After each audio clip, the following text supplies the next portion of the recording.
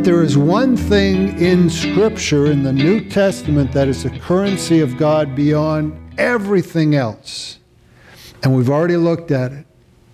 And I'll give you a hint. You put a whole bunch of writing about it on the Christmas tree. We had the gifts tree out there during the Christmas season. Spiritual gifts. The church runs on spiritual gifts. So spiritual gifts are a big part of it.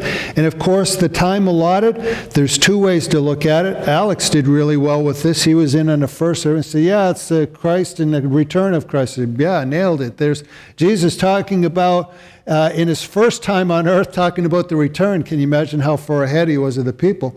But there's another aspect to this is time as in seasons. There was a time for each of the servants to do what they had to do. The guy who dug a hole and buried he had his time, the season of time to use. Now it wasn't time to try and go out and invest. That time was over. Now it's time to give it back. So God works in seasons of time. Where we're going to end up with all of this is so big, we're going to cover a little bit of it next week from another angle. This week, as we look at it, we're actually going to end up on the aspect of what is holy. And it is not an obvious answer. And the deeper you go, you'll find surprisingly what is holy and what is not really holy at all. And we mix them up all the time, especially church people. Because we have our sacred cows, and we say those things are holy. And then other things we miss altogether. So some of this stuff is going to be a little bit tricky to process from a biblical standpoint. As we continue on in this, let's say we go to the next level of this. We've kind of got the basics of a parable. Let's say we go from Parable 101 to Parable 201. In this, the next level is for us who would profess, and we say we profess Christ. Oh yeah, I try to follow Christ, I try and do what's right. Well, the first thing is obvious, that you have resources and you're supposed to use them. If you're not using your resources, then you are not good and faithful. No matter how religious you might look or pious you look, if you're not using your resources, you're not good and faithful. If you're not engaged with your resources in the way the master wants, you're not good and faithful. That's pretty straightforward in the story. It's kind of the in-your-face part of the story. But there are other things that are a little bit between the lines that are well worth digging a little deeper, because they make the difference between what is holy and what is not. Start with this, is that holy involves using the master's resources. These guys didn't go out and try and make a fortune in the parable with their own money. It explicitly says the master gave them talents, and they went out and invested the master's money in the master's business and came back with the master's results. So it's not our resources as in doing God's stuff under our own steam. It's using God's own resources. To do God's business, it needs to be done in the right time. Do it in the wrong time, and it's not good and faithful either. You can do the right thing at the wrong time and it not be a good and faithful thing. It is possible to do it in the wrong way. That's another aspect with even if he didn't, it wasn't that he didn't make a lot of money with what the master gave. He handled it all wrong. He went the wrong way about it, even if it was just putting it in the bank. He had the master's money. He was taking care of the master's money, so he was doing master's business. He was doing the right thing in the wrong way. We can do the right thing in the wrong way, and we will not hear good and faithful. Another thing we can pull between the lines is misunderstanding the master. Master, it says in the parable, I know you're a hard man, you reap where you do not sow, and all of that. Rather confusing. I thought, God, if this is all about God, isn't God this wonderful being and benevolent and everything? What's all this about hard guy and reaping where he's not sowing and all of this? And that's the excuse he uses. In fact, it's the understanding. He was afraid to do anything. Why was he afraid? Because he misunderstood the master. Was that master, even in the parable, really this harsh guy? If you took out the line of the third, look at him. He entrusted funds to let these guys go out and flourish in their business.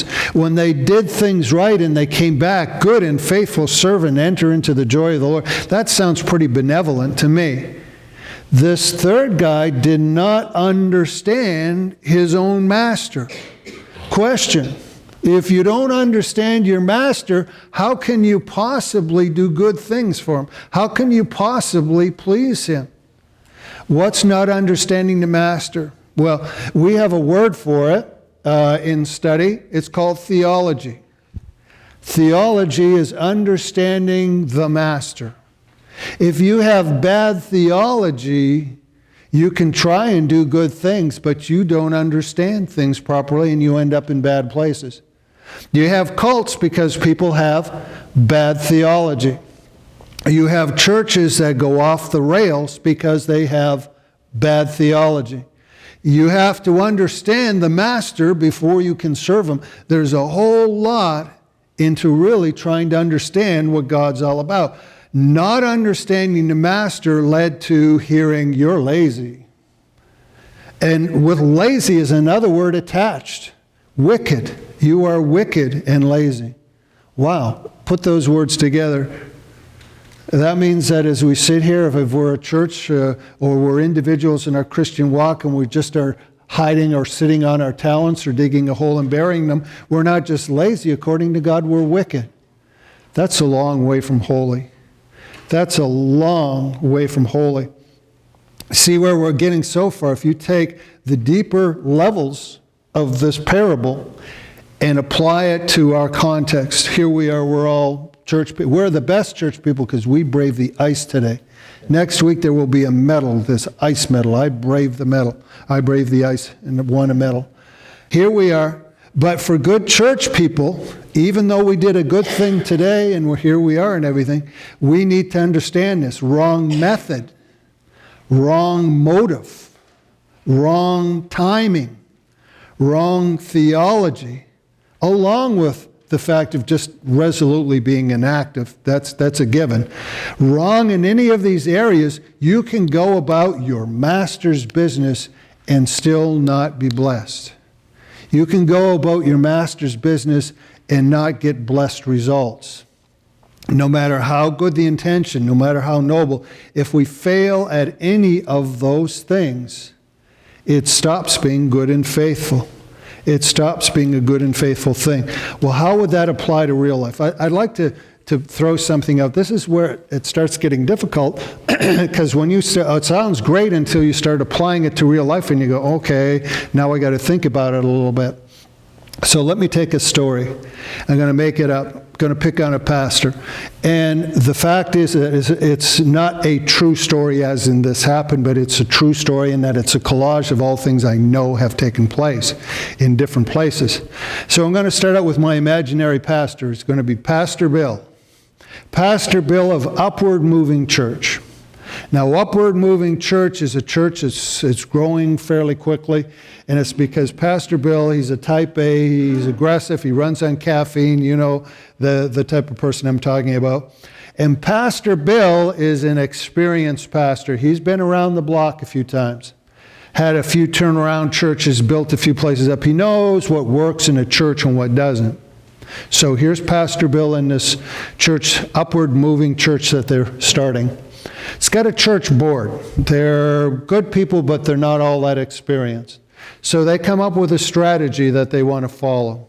Well, Pastor Bill's been around the block a few times. He knows, you know, the chances of this strategy working to reach whatever objective they're trying to do, it's the chances of it working are not very good. Pastor Bill supports another way of doing it that almost certainly he's seen it work. It's going to impact the community. It's going to do things for God. It's going to be a wonderful thing. So Pastor Bill has a certain confidence with the folks in there, so he knows things about different people. And for their own good, Pastor Bill's going to throw some weight around. So Pastor Bill decides that he'll twist an arm here, a little subtle blackmail over there, and sway all the vote of the leadership to do the thing the way he wants to do it. And lo and behold, they go into community, it impacts the community, it reaches people with the name of Christ and all of this.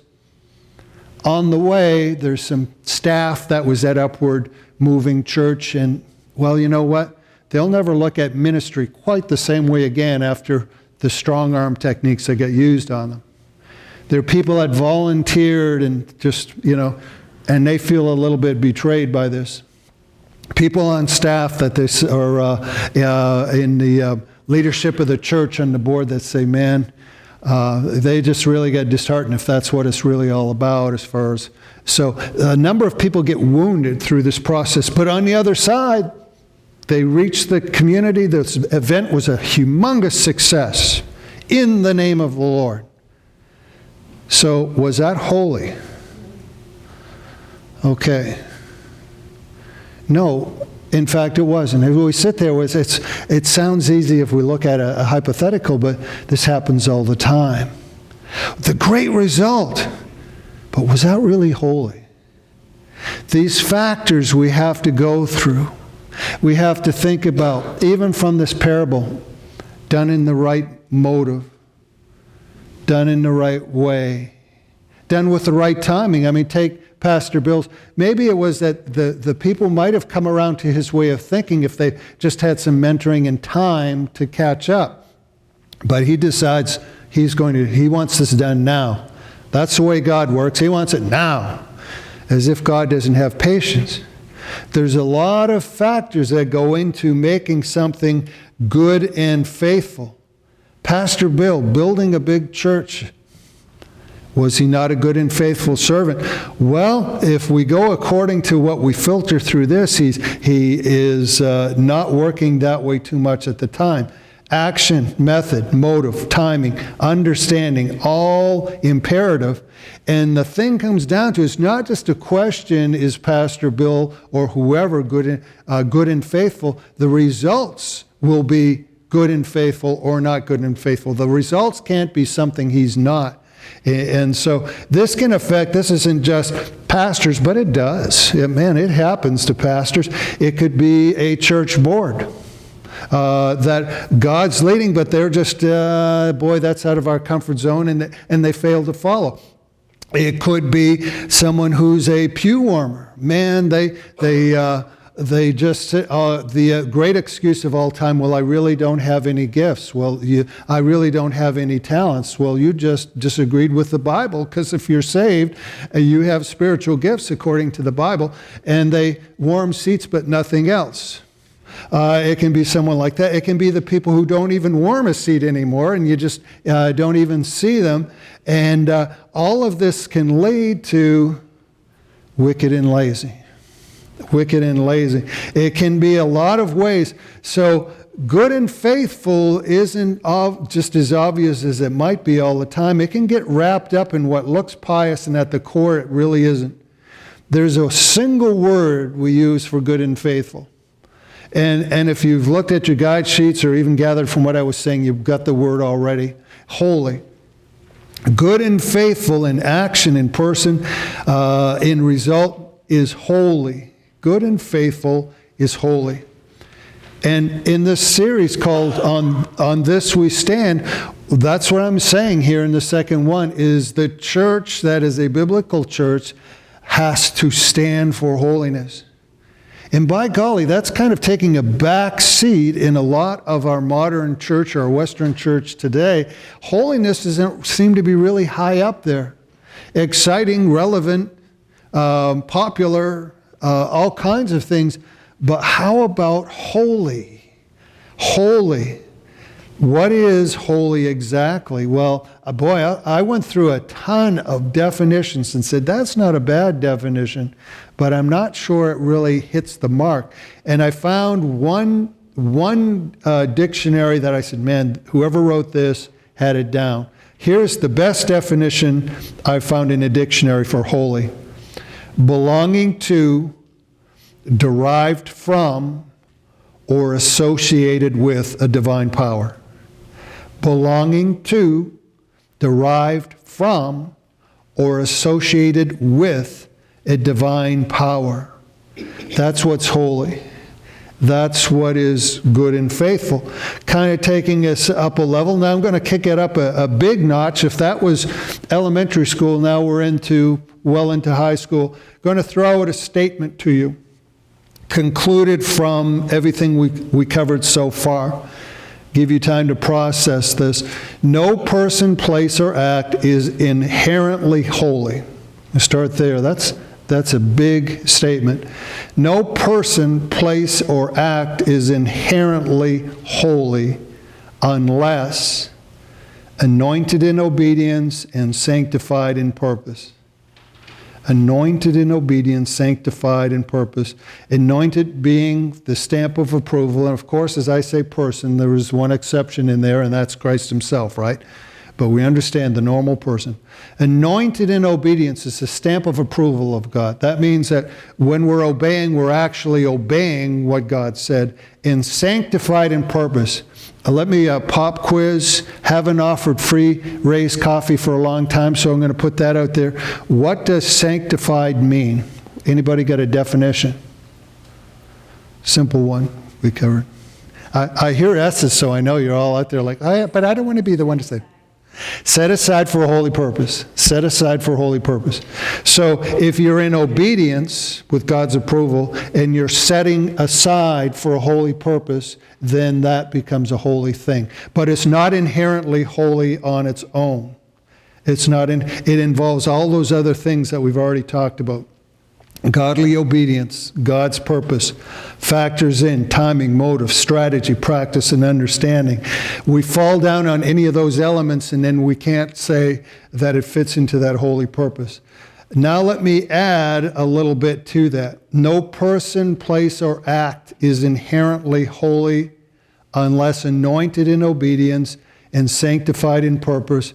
Furthermore, what is not holy cannot bear holy results.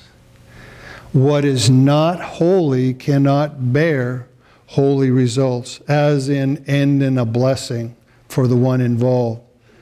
That is broad sweeping. That covers in any strategy, any action, anything a church might do. It involves you. You know what philosophical saying that it shoots and sinks right away is, the ends cannot justify the means. You cannot live a spiritual life. You cannot know God by living the ends justify the means. And it happens all the time in churches when what I'm trying to get done is good enough, if what I'm trying to get done is right enough, then I'll do anything I can to make that thing happen.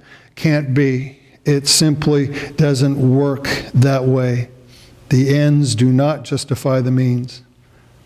And it makes sense, this term is what's holy, because you start out, your action, whatever you're doing is something that belongs to God. It is derived from God.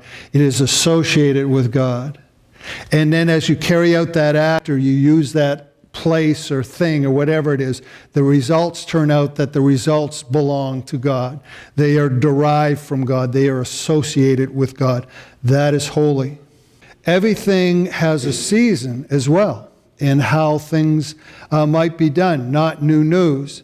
To everything there is a season, a time for every purpose under heaven, a time to be born, a time to die, a time to plant, and a time to pluck up what is planted. For everything there is a season. Wisdom from anybody, maybe a second cup of coffee. Who said that? Solomon. 3,000 years before, pretty much before Christ. So we're going a long way back when we look at some of the stuff, give or take a few years. Here's the point of all of this as we look at timing, motive, way, heart, understanding, is if you look at the new scripture and you see what's going on in there, the process is as important as the destination. Everything Jesus did, he took 3 years in a process walking with his disciples. The journey was as important as the end. Why? Because the process was taking place in the journey. God takes us through seasons of valleys, seasons of peaks, seasons of something we're supposed to do and things where we stop doing certain things, depending on his will, his timing, and his purpose. And there is really the main focus on this holy for this week is the idea of timing and purpose. Timing and purpose. And it's surprising how that can change your mind if we look at it from this point of how we see what is holy and what isn't holy. Holy involves doing God's thing in God's timing and keeping up with him. If we're not where God is working, then it stops being holy. All those things get involved in that idea of what makes something holy. Holy is really nothing more than being where God is when God is there. And then when you meet God where God is, and you do it God's way, in God's heart, with God's motive, with God's vision for what he's trying to get done. But it's not that result, that final thing that makes it holy. It's the process along the way. And man, we can just say, oh, I know where you're going, God. I'm going to run ahead of you and get there first. Or, God, there's an easier way to get to where you're trying to go. And we try and change the process. It stops being holy. And it doesn't have to involve the church. It can involve you when you go home. It can involve how you deal with your kids. It can involve how you deal with your workplace. It can involve any area of our life. But we step back and look at something. What makes something holy is all of those things. And you don't have to be holy. However, if you want holy results in your life, then you have to go about it in the holy way. If you want to hear good and faithful servant, you have to be a good and faithful servant in the process and the nature of the process. If you want the results to be good and faithful, then you have to be in the way that you do it. That's a whole lot of intimacy and growing. That's a whole lot of maybe things aren't just the way they look on the surface. Holy goes deep to the bone. They say bad to the bone, well, so is holiness. So is holiness. And it's not always what we think it is until we look deeply.